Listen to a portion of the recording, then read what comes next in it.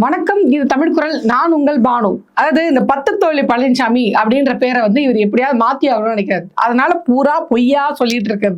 பரப்புரைனா என்ன பண்ணுவோம், இதுக்கு முன்னாடி நாங்க என்ன பண்ணியிருக்கோம், இனிமே என்ன பண்ண போறோம் அப்படின்றத சொல்லலாம்.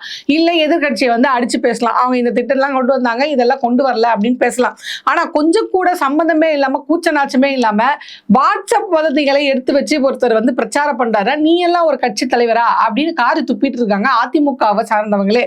அதாவது மக்களால் தேர்ந்தெடுக்கப்பட்டு நீங்க கட்சி தலைவரா வந்திருந்தீங்க, ஒரு சிஎம் ஆயிருந்தீங்கன்னா நீங்க வந்து நாட்டுல என்ன நடக்குது, அது என்ன வரலாறு தெரியும், அதை பத்தி நீங்க பேசலாம். அம்மையார் ஜெயலலிதா அவர்கள் இருக்கவரை இப்படி இருந்தீங்க, அப்புறம் சசிகலா அம்மா கிட்ட இப்படி போனீங்க, அதுக்கப்புறம் மொத்தமா பிளாட் ஆயிட்டீங்க. அப்போ என்னைக்கா ஒரு நாள் தலை நிமிர்ந்து இருந்தா உங்களுக்கு தெரிஞ்சு, நீங்க தலையை நிமிரலையே, அதனால என்ன நடந்துச்சுன்னே உங்களுக்கு தெரியாது. ஸோ அதனால இப்போ அவர் வந்து ரொம்ப முயற்சி பண்ணி தன்னோட பேரை எப்படி மாத்திருக்காருன்னா, 10 தோழி பழனிசாமி அப்படின்ற பேரை வந்து வாட்ஸ்அப் வதந்திகளை வாந்தி எடுக்கும் பழனிசாமி அப்படின்ற பேரை வந்து மாத்திருக்காரு. ஏன்னா இந்த மாதிரியான வதந்திகளை பரப்பிட்டு இருக்காரு பாத்தீங்களா, தேர்தல் பிரச்சாரம் என்ற பேர்ல. அதாவது ஃபர்ஸ்ட் வதந்தியா அவர் என்ன சொன்னார்னா, நீங்க கட்சி ரீதியாகவோ கொள்கை ரீதியாகவோ இதெல்லாம் செய்யல அப்படி திமுக மீது விமர்சனம் வைக்க வரை உங்களை யாருமே எதுவுமே சொல்லல. ஆனா சம்பந்தமே இல்லாம திமுக விமர்சனம் பண்ற அப்படின்ற பேர்ல நீங்க கலைஞர் அவர்களை, அதாவது ஸ்டாலின் அவர்கள் கலைஞர் அவர்களுடைய இறுதி காலகட்டங்கள், அந்த வயசான காலத்துல லாஸ்ட் இதுல ரொம்ப மோசமா அவங்க ட்ரீட் பண்ணாங்க, வீட்டுக்குள்ளே வச்சு அவர் இது பண்ணாங்க அப்படின்ற ஒரு பொய்யான செய்தியை இவர் வந்து பரப்பி விட்டாரு. இதுக்கு ஸ்டாலின் அவர்கள் வந்து ரொம்ப சரியான பதில வந்து சொன்னார். நாங்க எப்படி பார்த்தோம், அவரை எப்படி பார்த்துக்கிட்டோம் அப்படின்னு. நான் ஒரே ஒரு எக்ஸாம்பிள் கேட்கிறேன். அதாவது கலைஞர் அவர்களுடைய லாஸ்ட் இதுல வந்து பாத்தீங்கன்னா, அவருக்கு உடம்பு முடியாதப்ப அவர் வந்து ஹாஸ்பிட்டல் கொண்டு போய் சேர்த்தாங்க. அப்படி சேர்க்கும் போது அந்த ஃபுட்டேஜ் ரொம்ப கிளியரா, அவர் எப்படி கொண்டு போற ஹாஸ்பிட்டல் கொண்டு போய் சேர்த்ததுல இருந்து, ட்ரீட்மெண்ட் எடுத்ததுல இருந்து, அவர் டிவி பாக்குற வரைக்கும் எல்லா ஃபுட்டேஜும் வெளியே வந்தது. ஏங்க நீங்க உங்க அம்மா அவருடைய ஹாஸ்பிட்டல்ல சேர்த்து வச்சிருந்தாங்களே, அந்த ஃபுட்டேஜ் வெளியிடுங்க பாப்போம். ஒரே ஒரு ஃபுட்டேஜ் கிடையாது. கேட்டா சிசிடிவி கேமரா ஒர்க் ஆகலன்னா அப்பட்டமா போய் சொன்னீங்க. இது வரைக்கும் அதோட மர்மம் என்னன்னு எங்க யாருக்குமே தெரியல. எப்படா அப்போலோ ஹாஸ்பிட்டல்ல சிசிடிவி கேமரா ஒர்க் ஆகாம போச்சு அப்படின்ற கேள்விக்கு இன்னுமே எங்களுக்கு விளக்கம் தெரியல. இப்ப இந்த இதுதான் அவர் ஸ்டாலின் அவர்கள் விளக்கம் சொன்னார். நாங்க எப்படி பார்த்தோம், ஏது பார்த்தோம்ன்றது எல்லாமே திறந்த புத்தகமா இருக்கு. உங்க இதுல அப்படி கிடையாது. தலைவர் கலைஞர் அவர்களுக்கு ஒரு நினைவிடம் நாங்க வந்து மெரினால கேட்டோம், அதுக்கே கொடுக்க முடியாதுன்னு சொன்னவர் நீங்க அப்படின்ற உண்மையை. ஏன்னா நம்ம எல்லாருமே பார்த்தோம், அந்த இறுதி ஊர்வலத்துக்கு முன்னாடி போராட்டம் பண்ணாங்க. திமுகவுடைய தொண்டர்கள் எல்லாம் ரோட்ல இறங்கி தலைவர் கலைஞர் அவர்களுக்கு நீங்க நினைவிடம் கொடுத்தாகணும் அப்படின்னு சொல்லி போராட்டம் பண்ணாங்க. தன் வாழ்நாள் முழுதும் போராடியவர், வாழ்ந்து முடித்த பின்னும் தன் நினைவிடத்திற்காக போராடியவர் தான் கலைஞர் அவர்கள். எல்லாத்தையுமே போராடி வாங்கியவர் தான் அவர். சோ இதை வந்து ஏத்துக்க முடியல எடப்பாடி அவர்கள். ஐயோ உண்மையை போட்டு சொல்லிட்டாங்களே, இது இல்லாம அந்த இதெல்லாம் வேற வெளியே வருமே, அப்போலோ டிவி, அப்போலோ ஹாஸ்பிட்டல்ல சிசிடிவி கேமராங்க, அம்மா 2 லட்சம் ரூபாய்க்கு இட்லி சாப்பிட்ட கதையை சொல்லுன்னு இதெல்லாம் தோண்டுவாங்களேன்னு அதை மறைக்கிறதுக்காக இவர் என்ன சொல்லிட்டாரு அப்படின்னு பாத்தீங்கன்னா, இல்ல உங்க அப்பா எப்படி கலைஞர் அவர்கள் இல்லையா, நீங்க கருணாநிதி அவர்களும் சொல்லியிருக்கலாம், கலைஞர் அவர்களும் சொல்லியிருக்கலாம், இல்ல திமுகவுடைய முன்னாள் தலைவர் சொல்லியிருக்கலாம். இவ்வளவு மரியாதை நிமித்தமாக பேச இத்தனை வார்த்தைகள் இருந்தும் உங்க அப்பா அப்படின்னு பேசியதா குடும்ப நிகழ்ச்சியா இல்ல சம்பந்தியா இல்ல எப்படி, எனக்கு புரியலையே. ஒரு கட்சியோட தலைவரை நீங்க எப்படி அந்த மாதிரி பேச முடியும்? நீங்க ஒரு கட்சியோட தலைவரா இருக்கீங்க, ஒரு அதிமுகவுடைய பொதுச் செயலரா இருக்கீங்க. இப்ப நான் கூட அம்மையார் ஜெயலலிதா அவர்கள் அப்படின்னு மரியாதை நிமித்தமா சொல்றேன் பாத்தீங்களா, இந்த மரியாதை அப்படின்றது இதுவரைக்கும் திமுக சார்பில் இருந்து சரியாக கொடுக்கப்பட்டிருக்கு. ஆனா நீங்க எவ்வளவு கேவலமா மோசமா உங்க அப்பா அப்படின்னு சொல்லியிருக்கீங்களா பொது இடத்துல. இது ஏதோ சாதாரண ஒரு ஆள் சொன்னா கூட பரவாயில்ல, ஒரு பாமர மக்கள் சொன்னா கூட சரி பரவாயில்ல, அவர் தெரியல. ஆனா ஒரு கட்சியோட தலைமை இடத்துல இருந்துட்டு இந்த மாதிரியான மோசமான விமர்சனம் பேசக்கூடிய எடப்பாடி அவர்கள் தகுதியற்றவர். அவர் வந்து ஒரு முதல்வர் இல்ல, அந்த கட்சியோட அடிப்படை தொண்டராக இருக்கிறது கூட தகுதியற்ற ஒரு ஆள். அப்படிப்பட்ட ஒரு ஆளை பரப்புரை கொண்டு வந்து நிறுத்தினா அப்படிதான் பேசுவார். அதாவது அவங்க கிட்ட இருந்து அவ்வளவுதான் எதிர்பார்க்க முடியும். அதுக்கு மேல எதிர்பார்த்தது நம்மளோட தப்பு. இப்போ ஒரு கட்டுக்கதையை வந்து அவிழ்த்து விட்டார் இல்லையா தலைவர் கலைஞர் அவர்கள். வந்து இந்த மாதிரி இடம் தரல காமராசருக்கு அப்படின்னு ஒரு கட்டுக்கதை அவிழ்த்து விட்டார் பாத்தீங்களா. உண்மைக்குமே அங்க நடந்தது என்ன அப்படின்னு பாத்தீங்கன்னா, ஒண்ணும் வேண்டாங்க. இதுக்காக நம்ம புத்தகத்தை தேட வேண்டாம், வரலாற்றை தேட வேண்டாம், அங்க இங்க வேண்டாம். நம்ம இப்ப ஏஐ காலத்துல இருக்கும். எடப்பாடி அவர்கள் சொல்ற பொய்யெல்லாம் ஃபேக்ட் செக்ன்ற பேர்ல நம்ம போய் தேடி பார்த்தாலே கூகுள்லயே அந்த எல்லா ஆதாரங்களும் இருக்கு. அங்க போய் நீங்களே தேடி பாருங்க. எப்படி கலைஞர் அவர்கள் கள்ளித்தந்தை காமராசர் அவர்களுடைய இறுதி சடங்கு இருக்கு பாத்தீங்களா, அதை எவ்வளவு மரியாதையா நடத்தணும் அப்படின்னு முன்னின்று செஞ்சவர் கலைஞர் அவர்கள். அதாவது அவருடைய ஒரு திருவுடல் இருக்கு பாத்தீங்களா, காமராசர் அவர்களுடைய மறைவுக்கு பிறகு அவருடைய திருவுடலை காங்கிரஸோடைய அலுவலகம் இருக்கு பாத்தீங்களா தேனாம்பேட்டையில, அங்கேயே வச்சு பொதுமக்கள் பார்வைக்கு வச்சு அங்கேயே நம்ம வந்து அடக்கம் பண்ணிடலாம் அப்படின்ற மாதிரிதான் இவங்க எல்லாம் பேசிட்டு இருந்தாங்க. ஆனா தலைவர் கலைஞர் அவர்கள் என்ன சொன்னாங்கன்னா, தப்பு. அவர் ஒரு கட்சியை சார்ந்தவர் அல்ல, ஒரு இனத்து அதாவது ஒரு சாதியை சார்ந்தவர் தலைவர் அல்ல, அவர் எல்லாருக்குமான தலைவர், தமிழ்நாட்டில் எல்லாருக்கும் சொந்தமான தலைவர். அவருக்கு உரிய அரசு மரியாதையோட தான் அவரை வந்து நம்ம வந்து அடக்கம் பண்ணணும், அதாவது இறுதி மரியாதை செலுத்தணும் அப்படின்னு அடம் முடிச்சார். எனக்கு தெரிஞ்சு ஒரு எதிர்கட்சி தலைவருக்கு அரசு மரியாதையோடு தான் அவரை வழி அனுப்பி வைக்கணும் அப்படின்னு தலைவர் கலைஞர் அவர்களாக மட்டும் தான் இருக்க முடியும். அப்படி அவர் அடம் பிடிச்சு அவரை கொண்டு போய் நீங்க வந்து ராஜாஜி மண்டபத்தில் வைங்க, ஏன்னா அவர் முன்னாள் முதலமைச்சர், அங்க வைங்க, அப்படி வச்சாதான் அது வந்து சரியா இருக்கும் அப்படின்னு சொல்லி அந்த ஏற்பாட்டை கவனிக்க சொல்லிட்டு அவரை எங்க அடக்கம் பண்ணலாம், அதாவது எங்க அவருடைய தகனத்தை இது பண்ணலாம், இறுதி நிகழ்வை நடத்தலாம் அப்படின்ற பேச்சுவார்த்தை வரும்போது காந்தி மண்டபத்தில் ராஜாஜி மண்டபம் இருக்கு பார்த்தீங்களா, அங்க பண்ணலாம் அப்படின்ற சஜெக்ஷனை கொடுத்தது அவர் தான்.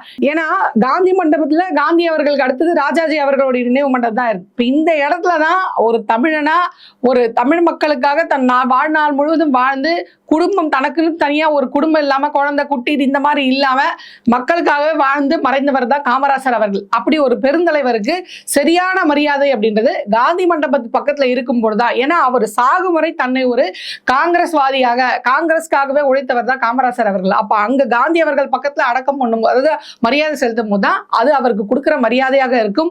இன்னொன்னு, தமிழ் மக்களுக்காக, தமிழக மாணவர்களுக்காக அவர் என்னென்ன செஞ்சிருக்காருன்றதை நம்ம சொல்லி இது பண்ண முடியாது.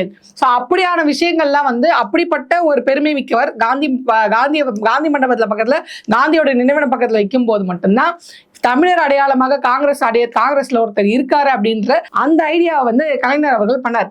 சோ இது மட்டும் இல்லாம சொன்னதோட நிக்காம ராத்திரியா கிண்டிக்கு போய் கலைஞர் அவர்கள் மட்டும் இல்லாம அவரோட பேராசிரியர் பாவு சண்முகம், மேலவை எதிர்கட்சி தலைவர் ராஜாராம் நாயுடு, திண்டிவனம் ராமமூர்த்தி, ஐயா நெடுமாறன் ஐயா இருக்காங்க, இவங்க எல்லாம் ஒரு டீமா போய் காரோட லைட் வெளிச்சம் இருக்கு பார்த்தீங்கன்னா, இந்த லைட் வெளிச்சத்துல இரவோடு இரவாக காமராசர் அவர்களை அந்த இறுதி மரியாதை செலுத்தக்கூடிய இடத்தை வந்து நெறிப்படுத்தி அதை சீர்படுத்தி, நான் இப்ப இந்திரா காந்தி அம்மையார்லாம் அப்ப வந்திருப்பாங்க. இப்போ இங்க எப்படி ஜெயலலிதா அம்மையார் இறந்தப்போ மோடிஜி வந்து தலையில சசிகலா அவங்க மேல கையை வச்சுட்டு போனார்ல, இப்படி ஆசீர்வாதம் பண்ணிட்டு போறாருல, அந்த மாதிரி இந்திரா காந்தி அம்மையார் பொதுவாகவே தேசிய தலைவர்கள் அங்கிருந்து வருவாங்க. அதாவது தேசிய தலைவர்கள் வரக்கூடிய நேரம் அப்படின்றதுனால அப்போதைய முதல்வராக மட்டும் இல்லாமல் காமராசர் அவர்களுக்கு எந்த மாதிரியான ஒரு மரியாதை கொடுக்கணுமோ அந்த மரியாதை கொடுத்தே ஆகணும்னு முன்ன நின்று செஞ்சவர் கலைஞர். அது மட்டும் இல்லாம முப்படை தளபதிகள் தூக்கிட்டு வந்த அந்த உடலை வாங்கி கலைஞர் அவர்களும் அப்பொழுதைய கர்நாடக முதல்வராக இருந்த தேவராஜ அரசு இருக்காங்க, இவங்கெல்லாம் தான் அதை வாங்கி கொண்டு போய் அந்த பீரங்கி வண்டியிலே வச்சாங்க. சோ இந்த மாதிரி இவ்வளோ தூரம் காமராசர் அவர்களுக்கு முன்ன நின்று செஞ்சவர் தான் கலைஞர் அவர்கள். இப்போ உதாரணத்துக்கு இப்போ இந்த மாதிரி உடனே இப்போ இவங்க சொல்றாருல, எடப்பாடி சொல்றாருல, இடம் கொடுக்கல காமராசர் அவர்களுக்கு வந்து ஏதோ காங்கிரஸ் சார்பா போய் கேட்ட மாதிரியும் அதை கலைஞர் வந்து எடப்பாடி அவர்கள் மாதிரி மறுத்தது மாதிரியும் இவர் ஒரு கட்டுக்கதை சொல்றாருல, இது இன்னைக்கு சொல்லல. இது வந்து எப்போ அப்படின்னு பாத்தீங்கன்னா, கலைஞர் அவர்களுக்கு அந்த நினைவு இடம் வந்து கட்டுறதுக்காக கேட்டாங்க பாத்தீங்களா, பீச்ல இடம் கேட்டாங்களா, அப்ப எடப்பாடி மறுத்தார் பாத்தீங்களா, அப்பயே இவர் இந்த கட்டுக்கதையெல்லாம் அவிழ்த்து விட்டார். அப்பவே காங்கிரஸ் சார்பாக இருக்கக்கூடிய எல்லாருமே என்ன சொன்னாங்கன்னா, இல்ல எடப்பாடி அவர்கள் சொல்றது பொய், அந்த மாதிரி ஒரு விஷயம் நடக்கவே இல்லை. காங்கிரஸ்ல இருக்க எல்லாருமே கடைசி, அதாவது இறுதி மரியாதை வந்து காமராஜர் அவர்களுக்கு கொடுக்கப்பட்டது பாத்தீங்களா, அரசு மரியாதை வந்து அடக்க பண்ணணும்னு கலைஞர் அவர்கள் வந்து நின்னார் பாத்தீங்களா, இதை நினைச்சு மனம் நெகிழ்ந்துதான் போனாங்களே தவிர்த்து யாருமே இந்த மாதிரி கலைஞர் அவர்கள் இடம் கொடுக்காம பண்ணிட்டாரு, சதி பண்ணிட்டாருன்னு ஒரு விமர்சனம் கூட இது வரைக்கும் இருந்தது கிடையாது. அப்படி இருந்திருந்தா காங்கிரஸ்ல சும்மா விட்டுருப்பாங்களா? ஒரே ஒரு வார்த்தை, இப்ப இந்த தொகுதி பங்கீடு பிரச்சனை வரும்போது திமுக சார்ந்த ஸ்டாலின் அவர்கள் சொல்றாரு, உங்களுக்கு சரியான இது கூட இல்ல, பூத் லெவல் ஆபீசர்னோட எவ்வளவு பெரிய பிரச்சனை வெடிச்சது, அந்த பிரச்சனை கூட உடனடியா நடவடிக்கை திமுக எடுத்தது. சோ அப்படி பிரச்சனை பண்ணக்கூடியவர்கள் காங்கிரஸை சார்ந்தவர்கள். ஒரு சின்ன பிரச்சனை, ஒரு சின்ன தப்பான இது வந்தா கூட பிரச்சனை பண்றவங்க.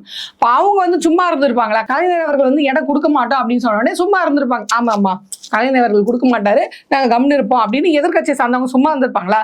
அது எவ்வளவு பெரிய பிரச்சனையா இருக்கும். ஆக அந்த மாதிரி எந்த வரலாறுமே இல்லாத, எந்த இதுவுமே இல்லாத கதைகளை வந்து அவிழ்த்து விடுறவர் தான் எடப்பாடி. இப்ப இதெல்லாம் வந்து இப்ப நான் இவ்வளவு நேரம் சொன்னது வந்து அவரை வந்து இறுதி மரியாதை செலுத்துறதுக்கு கலைஞர் அவர்கள் எப்படி ஸ்ட்ராங்கா நின்னாரு, அவர் நல்லபடியா வழி அனுப்பி வைக்கணும், அரசு மரியாதையோட வழி அனுப்பி வைக்கணும் அப்படின்னு சொல்லி இது பண்ணல. இப்ப அவரை வந்து கேட்கறாங்க, நீங்க நினைவு மண்டபம் அவருக்கு கட்டுவீங்களா? பிரம்மாண்டமான முறையில நான் நினைவு மண்டபம் காமராசர் அவர்கள் கட்டுவேன் அப்படின்னு வாக்கு கொடுத்தாரு கலைஞர் அவர்கள். சோ அதுல என்னென்னலாம் காமராசர் அவர்களுக்காக கலைஞர் அவர்கள் பண்ணியிருக்காரு அப்படின்ற ஒரு லிஸ்ட் சொல்றேன். இவங்க சொல்றாங்களா, அபாண்டமா சொல்றாருல எடப்பாடி, கலைஞர் அவர்கள் இடம் கொடுக்கலன்னு. அவருக்கு இறுதி மரியாதை அரசு மரியாதையோட செலுத்தினது மட்டும் இல்லாம காமராசர் அவர்களுக்கு பிரம்மாண்டமான மணிமண்டபத்தை வந்து சென்னையில அமைத்தவர் கலைஞர் அவர்கள். காமராசர் அவர்களுடைய பிறந்த நாள் இருக்கு பாத்தீங்களா, ஜூலை 15, அதை கல்வி வளர்ச்சி நாளாக அரசாணை பிறப்பித்தவர் கலைஞர் அவர்கள். சென்னை மெரினா கடற்சாலை இருக்கு பாத்தீங்களா, அந்த கடற்கரை சாலையை காமராசர் சாலை அப்படின்னு அறிவித்தவர் கலைஞர் அவர்கள். எதிர்கட்சி தலைவராக இருந்தவருக்கு முன்னாள் சிஎம் அவருக்கு சரியான அரசு மரியாதை கொடுக்கணும் அப்படின்னு சொன்னவர் கலைஞர் அவர்கள். அதாவது தமிழ்நாட்டுல உள்நாடு விமான நிலையம் இருக்கு பாத்தீங்களா, இந்த உள்நாட்டு விமான நிலையத்துக்கு காமராசர் அவர்களுடைய பேர் தான் வைக்கணும் அப்படின்னு சொல்லி மத்திய அரசிடம் போராடி அந்த பேரை வச்சவர் கலைஞர் அவர்கள். அது மட்டும் இல்லாம கன்னியாகுமரியில மணிமண்டபம், அதாவது அவர் அஸ்தி வச்சாங்க இல்லையா, காமராசர் அவர்களுடைய அஸ்தி வச்சாங்க இல்லையா, அந்த அஸ்தியில ரொம்ப பிரம்மாண்டமான மணிமண்டபத்தை மத்திய அரசிடமிருந்து போராடி வாங்கி இங்க வந்து மணிமண்டபம் வச்சது கலைஞர் அவர்கள். இது மட்டும் இல்லாம அவருடைய விருதுநகர் இல்லம் இருக்கு பாத்தீங்களா, காமராசர் அவர்களுடைய விருதுநகர் இல்லம் இருக்கு பாத்தீங்களா, இந்த விருதுநகர் இல்லத்தை அரசுடைமையாக்கி அவருடைய நினைவிடமாக அதை அறிவித்தவர் கலைஞர் அவர்கள். இதே மாதிரி சென்னை நினைவில்லம் இருக்கு பாத்தீங்களா, இதையும் அரசுடைமையாக்கி, அதாவது திருமலை பிள்ளை சாலை இருக்குல்ல, இங்க இருக்கக்கூடியதுல இதையும் நினைவிடமாக மாத்தணும் அப்படின்னு சொல்லி மாத்தினவர் தலைவர் கலைஞர் அவர்கள். இவ்வளோ பண்ணியிருக்காரு. இது மட்டும் இல்லாம பெருந்தலைவர் காமராசர் விருது அப்படின்னு 2006 கொண்டு வந்தவர் கலைஞர் அவர்கள். அந்த விருதுக்கு 2 லட்சம் ரூபாய் பரிசு தொகையும் கொடுத்து ஒரு சவரன் தங்க நகையும் பரிசுன்னு அறிவிச்சவர் கலைஞர் அவர்கள். 2024 வரைக்கும் கொடுத்திருக்காங்க. அதாவது 2024 வரைக்கும் அதை வந்து செலக்ட் பண்ணி ஜனவரி மாசம் 2025 கொடுத்தாங்க.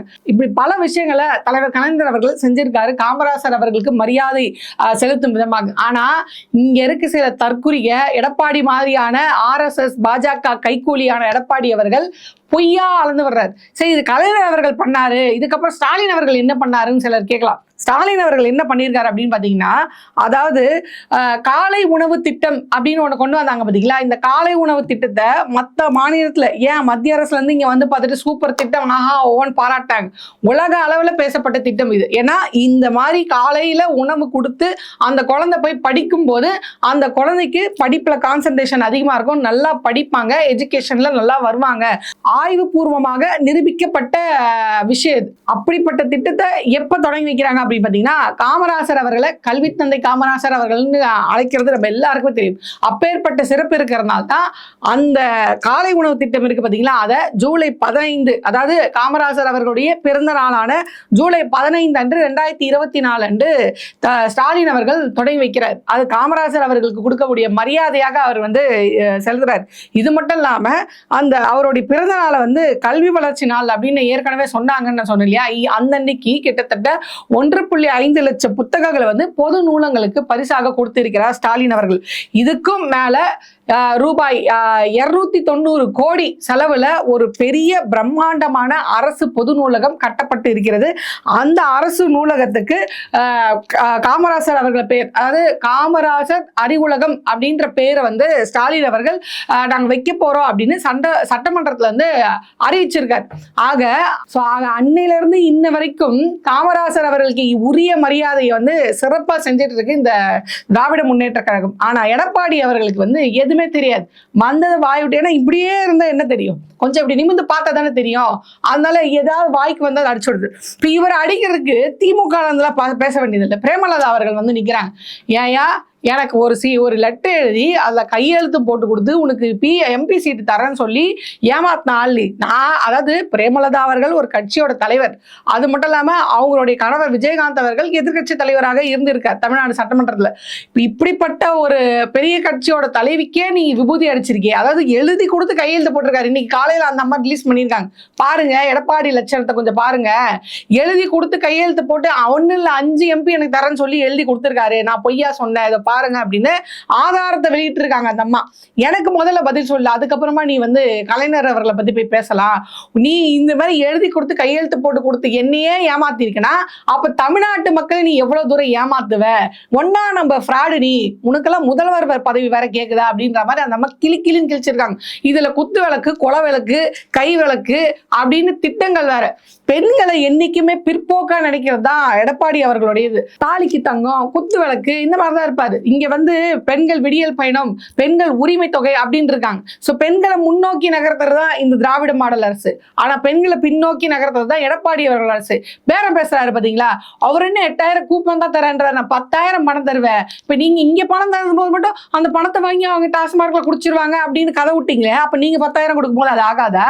இந்த மாதிரி பெண்களுக்கு அந்த வந்து உருப்படியா போய் சேரணும் அப்படின்னா 8,000 ரூபாய் கூப்பன், அந்த 8,000 கூப்பன்ல உங்களுக்கு என்ன தேவையோ அதை வாங்கிக்கோங்க அப்படின்னு ஒரு சூப்பர் ஸ்டார் திட்டத்தை அவங்க அறிமுகப்படுத்தியிருக்காங்க.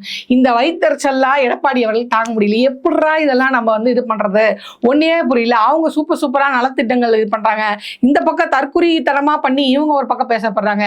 என்ன பர்ஃபார்மன்ஸ் பண்ணாலும் நம்மளால ஒண்ணுமே பண்ண முடியல. என்ன பண்றதுன்னு தெரியாம மண்டை காஞ்ச போய் மேல இடத்துல இருந்து கொடுக்குற பிரஷர், முஜி வந்து கொடுக்குற பிரஷர் தாங்க முடியாதுதான் இப்ப தப்பா பொய்யா பேசிட்டு இருக்காரு எடப்பாடி அவர்கள்.